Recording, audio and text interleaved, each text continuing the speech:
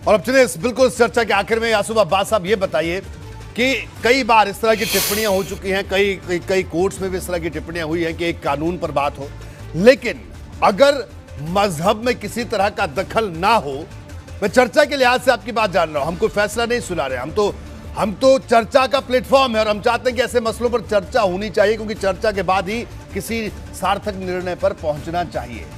लेकिन अगर मजहबी मसलों पर को दूर रखकर संपत्ति विवाद की बात है या और जो दो तीन जो खास बातों का जिक्र है कॉमन सिविल कोड में जो हो रहा है, तो उसमें आखिरकार क्या बुराई है कि संपत्ति विवाद को लेकर पूरे देश में एक लॉ होना चाहिए? क्या आपको नहीं लगता?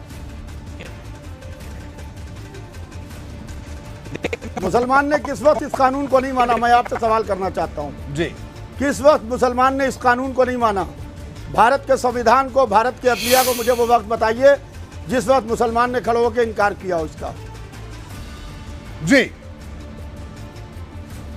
आवाज चली गई है। नहीं, यासूब अब्बास साहब आपकी आवाज मैं सुन रहा हूं, ये आप अपनी बात पूरी कीजिए। मैं ये पूछना चाहता हूं, क्या हम भारत के, मैंने एक बात आज सुबह कही थी, मैं एक चीज आपको बताना चाहता हूं कि मैंने एक चीज कही थी कि हुब्बुल वतन मिनल ईमान, वतन की मोहब्बत ईमान का जुज़ है। पहले वतन से मोहब्बत करो, फिर मजहब से मोहब्बत करो।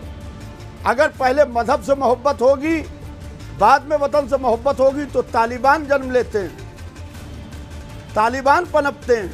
लिहाजा पहले वतन से मोहब्बत हो, फिर मजहब से मोहब्बत हो। देश लिहाजा जहां व्यक्ति पर का है, हर समाज वेदांती का, जी हर ने वर्ग का, हिंदुस्तान हर के जाति अंदर का है। ये इसलिए देश के लोगों चार को पाकिस्तान संविधान के बनाने की जो अनुसार बात की, संविधान तो मैं का बताना पालन करना चाहता हूं चाहिए कि मोहम्मद अली स्वाभिमान, जिन्ना के खिलाफ, सांप्रदायिक स्वाभिमान को मोहम्मद अली जागृत करने जिन्ना के लिए खिलाफ मोदी जी ने हुसैन जो भाई घोषणा लालजी किया को है, चुनाव किसने लड़वाया? योगी जी ने जो घोषणा किया उसका पालन करना चाहिए।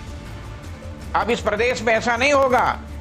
अब इस प्रदेश में योगी जी ने घोषणा किया है कि हम हमारे दो से ज्यादा जिसको बच्चे होंगे उनको सरकारी सुविधा नहीं मिलेगी, उनके बच्चे विद्यालय नहीं पढ़ सकते हैं, वो सरकारी नौकरी नहीं प्राप्त कर सकते हैं।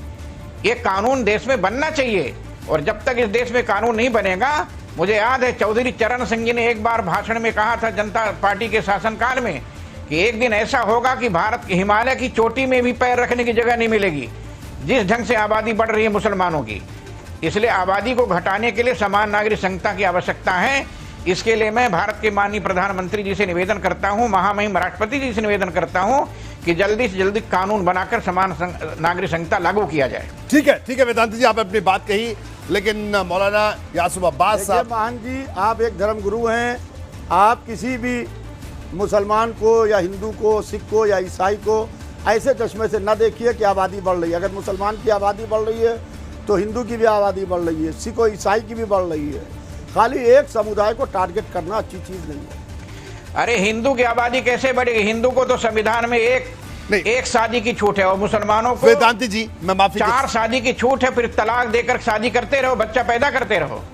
मुसलमानों ने तो अपने फाइनल कमेंट आपका, फाइनल कमेंट सर। परिणाम ये हो रहा कि सारा देश, पूरा गांव का गांव मुस्लिम बाहर होता जा रहा है। मुसलमानों के डर के मारे हिंदू गांव छोड़कर पलायन कर रहे हैं। बात कर रहे हैं, इनकी आबादी मोदी को जी देखने सबके के विकास की बात कर रहे हैं। जिस ढंग से लिहाजा आबादी सबको मुसलमानों की बढ़ विश्वास रही में है, लेकर, ये देश के लिए सबको खतरनाक है, विश्वास में लेकर बात करना चाहिए है, ताकि आपके मुल्क के अंदर आपके जितने भी लोग हैं, जितने भी धर्म है, मजहब है, समुदाय है, सबका विश्वास कायम हो, करना बहुत जरूरी है। सब चाहते हैं भारत के ठीक है, नागरिक, और मैं यही चाहता चाहता हूं आबादी पर कंट्रोल करने के लिए एक कानून बने, हर को एक शादी की छूट दी ठीक है। जाए। यासूब अब्बास साहब आपका बहुत बहुत शुक्रिया, और रामविलास वेदांती जी आपका भी बहुत बहुत शुक्रिया बीपी गंगा से बात करने के लिए।